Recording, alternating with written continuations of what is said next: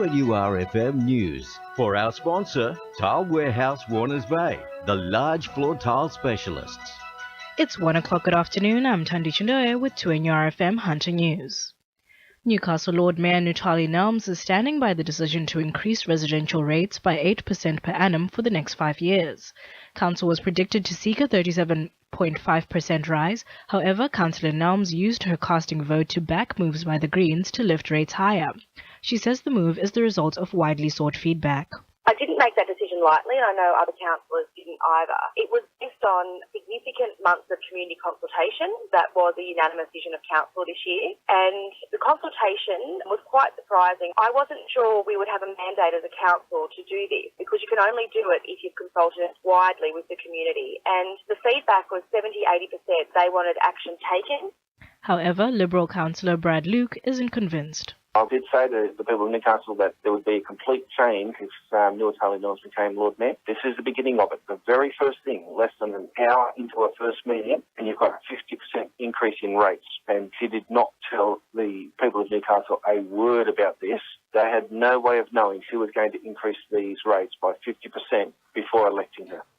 There are fears the Hunter's proposed new Glencore Peabody open-cut coal mine will put communities at risk and water resources under pressure if the Baird government gives the go-ahead. The Lock the Gate Alliance believes the area is suffering a regional mining crisis, with the growth of ventures contaminating Hunter farmland, vineyards and water supplies.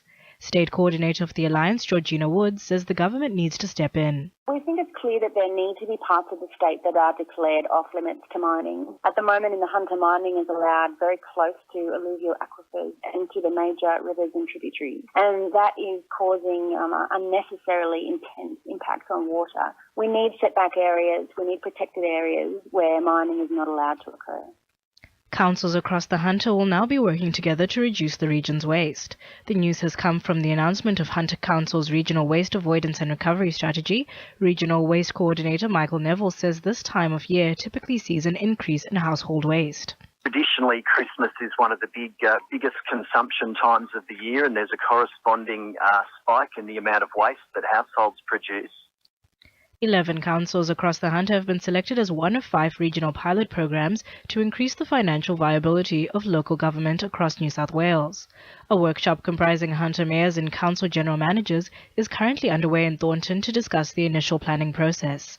CEO of Hunter Councils, Roger Stephen, says many valid points have been put forward. The workshop's been going for a number of hours now, and it's a very good group of mayors and general managers present. The Hunter's a very collegial region. We're all focused on the region achieving to its maximum potential, and they're really coming to terms with what we need to do in local government in the Hunter to work together more effectively.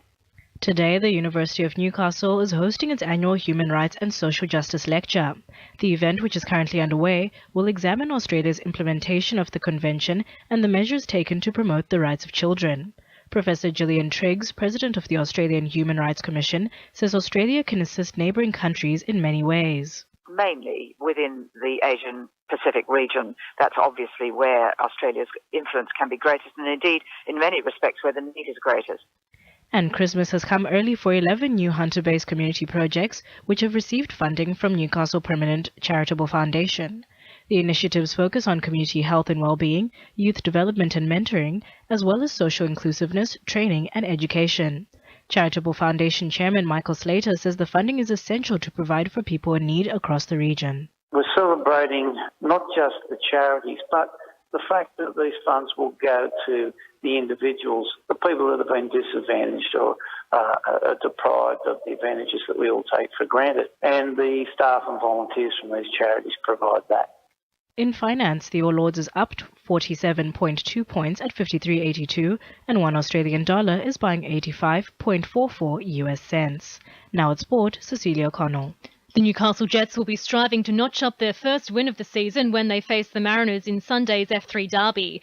Jets midfielder Marcos Flores insists the boys will be pushing for the 3 points as they look to pick themselves up from second last on the ladder. He says the team needs to pull even closer together. We have to fight double because it's really difficult field and difficult circumstances. We have to stick together.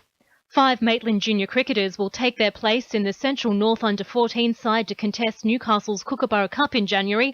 Jacob Page, Logan Smith, Will Fort, Callum Gabriel and Rex Greaves will have a chance to show what they're made of after being named in the 13-player squad. And Knights forwards Jeremy Smith and Cade Snowden have returned to training this week after serving the past 3 months of backdated suspensions for inadvertently taking banned steroids while playing for Cronulla 3 years ago. That's sport. I'm Cecilia Connell.